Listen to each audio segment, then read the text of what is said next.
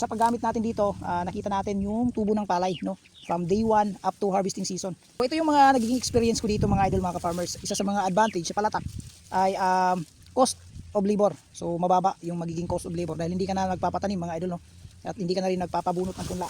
So 2 tao na lang sa pagtatanim ng palay. Ibig sabihin, yung 2 tao yung maghihila mga idol, o 2 o 3. Mabilis na rin yung pagtanim dahil nga hila na lang yun sa sakahan natin mga idol. Isa pa sa mga advantage na napansin ko mga idol, pag mayroong mga missing hills, mabilis lang maghulit.